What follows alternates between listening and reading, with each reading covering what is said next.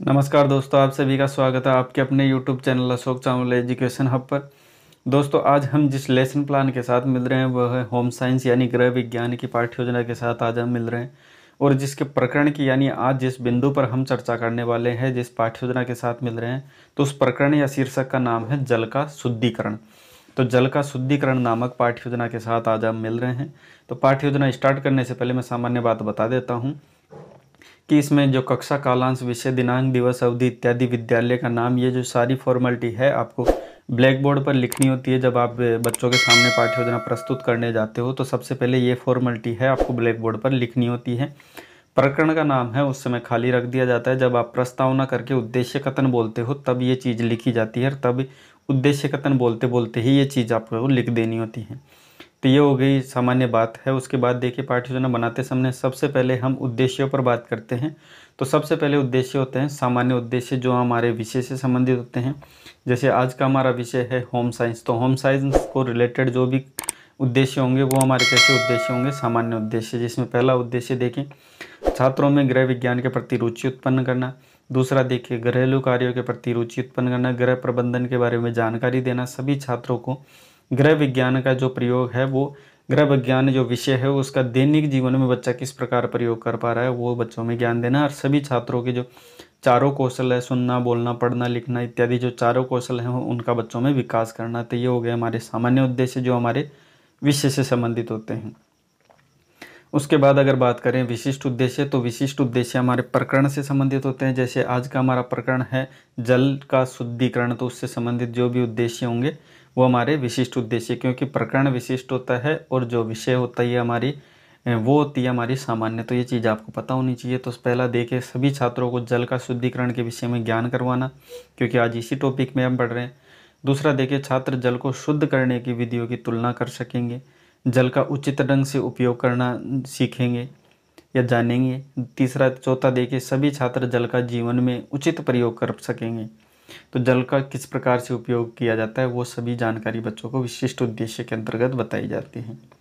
उसके बाद देखिए, शिक्षण सहायक सामग्री, जो कि हमारा अगला बिंदु है। इसमें ध्यान रखना कि चौक, डस्टर, लपेट फलक, संकेतिका, श्याम पट या फिर चार्ट पत्र का भी अगर आप प्रयोग करना चाहें तो वो भी आप कर सकते हैं। इसके डिवाइडेशन करके भी आप चार्ट पत्र का प्रयोग कर सकें। हालांकि मैं चार्ट पत्रों का प्रयोग करना इसलिए आपको कहता हूँ क्योंकि इससे पाठ्य योजना अच्छी बनती है और बच्चे इसमें रुचि भी अधिक लेते हैं और आपको पढ़ाने में आसानी भी रहती है, इसलिए मैं चार्ट पत्रों का प्रयोग करने को कहता हूँ।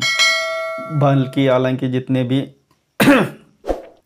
छात्र अध्यापक या छात्र अध्यापिकाएं हैं वो इस चीज़ों को इग्नोर करती है, थोड़ा साइड में रखती है, बिना चार्ट पत्र के ही कोशिश करती है कि हम नॉर्मली पाठ्य योजना पढ़ा सकें। तो हालांकि अगर वो आपको वो ठीक लगता है तो वैसा कीजिए। अलग चार्ट पत्र का प्रयोग करना ज़्यादा अच्छा माना जाता है, उसमें आपको भी इजी पड़ जाती है पाठ्य योजना पढ़ाते समय। तो ये है शिक्षक की जो पढ़ाते समय जो सहायता करते हैं, जिन जिन चीज़ों की सहायता लेता है वो हमें सहायक सामग्री कहलाती है। इतनी सी बात आपको याद रखना है। उसके बाद अगला बिंदु है पूर्व ज्ञान, कि आज बच्चों, आज हम जब जल पढ़ेंगे या जल का शुद्धिकरण पढ़ेंगे उससे संबंधित बच्चों को कितनी जानकारी है ये जानना ही पूर्व ज्ञान कहलाता है। तो ये देखिए, सभी छात्र जल के महत्व एवं शुद्धिकरण के बारे में सामान्य बात ध्यान है, उनको सामान्य जानकारी रखते हैं। उसके बाद देखिए, प्रस्तावना। प्रस्तावना में 2 कॉलम बनते हैं।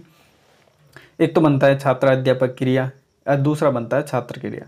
छात्र अध्यापक क्रिया में ये होता है कि छात्र प्रश्नों के माध्यम से अपनी विषय वस्तु है या टॉपिक है उसको निकलवाने की कोशिश करता है। और दूसरा ये है कि छात्र क्रिया। छात्र क्रिया में छात्र उन प्रश्नों का उत्तर देने का प्रयास करता है, जिसमें पहला प्रश्न देखिए, प्यास लगने पर हम क्या करते हैं, तो जल का ग्रहण करते हैं या जल पीते हैं। दूसरा देखिए, जल हमें कहाँ कहाँ से प्राप्त होते हैं, तो वर्षा, नदी, तालाब, कुआं। तो कुओं का जल कैसा होता है, तो कुओं का जल शुद्ध माना जाता है, हालांकि हमें पता है ज़मीन का पानी शुद्ध माना जाता है। चौथा प्रश्न देखिए, जल को शुद्ध करने की क्रिया क्या कहलाती है, तो वो शुद्धिकरण कहते हैं। उसके बाद देखिए 5वां प्रश्न, जल का शुद्धिकरण के बारे में आप क्या जानते हैं, तो बच्चा जितना जानता है उतना तो बताएगा, लेकिन जहाँ पे वो अटकेगा, समस्यात्मक होगा, वहीं पे उद्देश्य कथन कर दिया जाता है कि प्रिय छात्रों, आज हम जल का शुद्धिकरण विषय के बारे में विस्तार पूर्वक चर्चा करेंगे। और ऐसा कहते कहते हुए ही अपने को ब्लैक बोर्ड पर जो प्रकरण खाली रखा जाता है उस समय प्रकरण का नाम फ्लिप कर देना होता है। उसके बाद बढ़ते हैं प्रस्तुतिकरण पर, जो कि हमारा अगला बिंदु है। देखिए, प्रस्तुतिकरण करते समय ये ध्यान रखिए 3 कॉलम बनाए जाते हैं, जिसमें छात्र अध्यापक कथन और दूसरा है छात्र कथन और तीसरा है श्यामपट्ट कार्य, यानी छात्र अध्यापक क्रिया या छात्र अध्यापिका क्रिया में तो क्या होता है, पाठ का जितना भी सार है वो लिखा जाता है। छात्र क्रिया में इसको ध्यानपूर्वक छात्र सुनेंगे और जो मुख्य बिंदु छात्र अध्यापक लिखवाता है उनको अपनी नोटबुक में नोट करते रहेंगे। ये बात आप यहाँ लिखनी है। तीसरा कॉलम होता है जो श्यामपट्ट कार्य, उसमें क्या है, छात्र अध्यापक पढ़ाते समय जो मुख्य बिंदु होता है उनको वहाँ पे लिखता रहता है। तो ये बातें हैं। उसके बाद देखिए ये डिटेल्स है, आपको दिख पा रहे होंगे आप अच्छे से इसको, ठीक है ना, आप इसको देख पा रहे होंगे। क्योंकि अगर मैं इसको डिटेल से अगर पढ़ने बैठूंगा ना तो फिर वीडियो लंबा होगा, फिर आपके कमेंट आएंगे सर थोड़ा वीडियो लेंथी ना बने, इसलिए आप इन चीज़ों को पढ़ा मत करो, क्योंकि ये पढ़ने से वीडियो ज़्यादा लंबा होता है। अब कई बार बच्चे ये भी बोलते हैं कि सर आप इनको डिटेल से पढ़ा करो ताकि हमें समझ में भी आ जाए, तो वो दोनों प्रकार से तब मैं नहीं कर सकता ना, इसलिए मैं सोच रहा हूँ थोड़ा इस चीज़ों को आप खुद से पढ़ लेना। अगर आपको कहीं पे कोई समस्या आती है ना तो मैं बैठा हूँ, आप कमेंट करके बता देना, मैं आपको ईजिली समझा दूंगा इस चीज़ को, है ना। तो आई होप ये वैसे नॉर्मली अच्छे ही दिख रहे हैं। बाकी पीडीएफ की डिस्क्रिप्शन में लिंक दे दूंगा, वहाँ से आप पीडीएफ डाउनलोड कर लेना ताकि आप इजीली इसको बना सकें, ठीक है। तो ये प्रस्तुतिकरण में है, क्या कुछ करना है वो आपको पता ही है। उसके बाद देखिए जल का दैनिक जीवन में जो दूसरा बिंदु है, जल का दैनिक जीवन में महत्व तो बताना, जैसे भोजन बनाने में जल का उपयोग, सफाई करने में, कपड़े धोने में, खेती बाड़ी करने में, स्नान करने में, बागवानी करने में, बाग बगीचों में, उद्योगों में या फिर सार्वजनिक शौचालय में इत्यादि बहुत से एग्जाम्पल है जिसमें जल का उपयोग दैनिक जीवन में हम करते हैं। अब देखिए जल शुद्ध करने की जो विधि है वो 3 प्रकार की मानी जाती है, जिसमें पहला देखिए भौतिकी विधि, ठीक है। भौतिक प्रकार से किस प्रकार शुद्धिकरण, तो जल को उबालकर या फिर आसवन द्वारा जल की प्राप्ति। अब ये किस प्रकार से की जाती है, तो यहाँ पे मैंने डिटेल से लिख रखा है कि जल उबालना तो आपको इजीली समझ में आता है कि जल को किसी चूल्हे वगैरह पे या फिर गैस पे रख के उसको उबालना ही क्या कहलाता है, जल का शुद्धिकरण। कहते हैं ना हम जल को थोड़ा उबाल करके पीना चाहिए ताकि उसमें जो कीटाणु होते हैं वो ख़त्म हो जाते हैं। वैसा ही दूसरा है आसवन द्वारा जल प्राप्ति। इसमें क्या है कि सर्वप्रथम अशुद्ध जल को गर्म करके भाप रूप में इसको निकाला जाता है और भाप से उत्पन्न जो जल होता है उसको इकट्ठा करके शुद्धिकरण के रूप में माना जाता है। तो ये भाप के रूप में होता है। उसके बाद देखिए दूसरा जो तरीका है वो यांत्रिकी विधि है। ये सारी डिटेल्स आपको लिखनी है, ये ध्यान रखना, कहीं पे कोई समस्या आती है तो आप पूछ सकते हो। इसमें देखिए घड़ोची विधि है। घड़ोची विधि होती है घड़ों के आकार में, यहाँ मैंने चित्र भी बना रखा है, ठीक है। हालांकि मैं बहुत गंदा चित्रकार हूँ, पर जैसा भी हूँ आप देख लो, आप समझ जाओगे इस चीज़ को।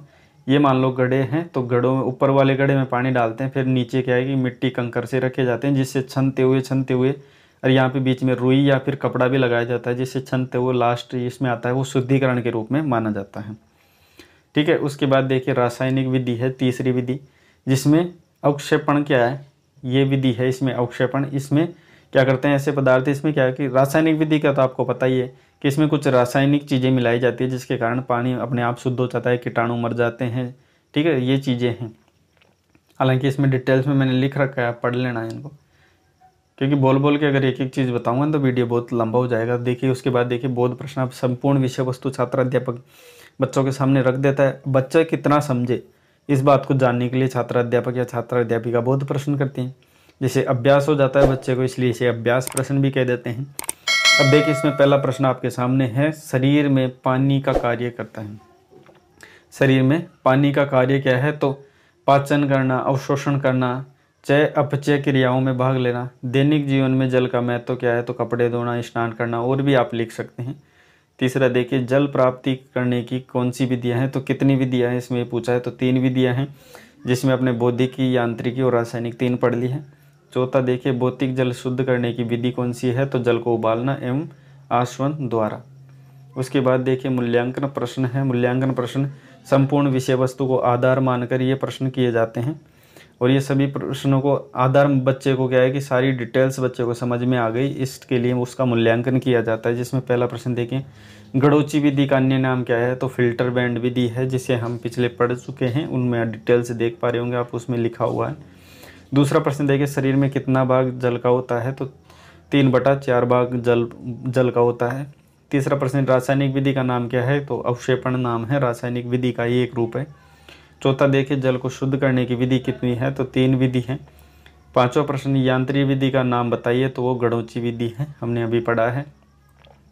उसके बाद देखिए हमारा अंतिम बिंदु है जो कि है होमवर्क यानी गृह कार्य। इसमें ऐसा प्रश्न रखा जाता है बच्चों के सामने जिसका बच्चे संपूर्ण पाठ को आधार मानकर उसका उत्तर देने का प्रयास करते हैं। इसमें देखिए, घरेलू विधियों से जल की शुद्धिकरण करने की विधियों की विस्तार से बताइए कि आप घर में रहते हुए कौन सी विधियों का जल का शुद्धिकरण करते हो, उससे संबंधित जो विधियां हैं उनके बारे में विस्तार से बताइए। तो दोस्तों, आज की पाठ्य योजना तो यहाँ पे समाप्त होती है। पीडीएफ की लिंक आपको डिस्क्रिप्शन में मिल जाएगी, वहाँ से डाउनलोड करके आप इसको ईजिली बना सकते हो। हालांकि हमारे चैनल पर बहुत सी पाठ्य योजनाएँ अपलोड हैं और रेगुलर अपलोड होती भी जा रही है रोज़ की रोज़, लेकिन फिर भी अगर आपको कोई नए टॉपिक पे लेसन प्लान चाहिए तो ये हमारे व्हाट्सअप नंबर है, यहाँ पे आप विषय वस्तु भेजकर आप उस लेसन प्लान का टॉपिक भेज सकते हैं, ताकि हम उसके नेक्स्ट डे आपको वो पाठ्य योजना अपलोड करके दे सकें। हमारा चैनल है अशोक चावला एजुकेशन हब, उसको आपने बिना कहे सब्सक्राइब कर लिया होगा। तो दोस्तों, ऐसे ही नई रोचक पाठ्य योजना के साथ अगले वीडियो में मिलते हैं। वीडियो देखने के लिए आपका बहुत बहुत धन्यवाद।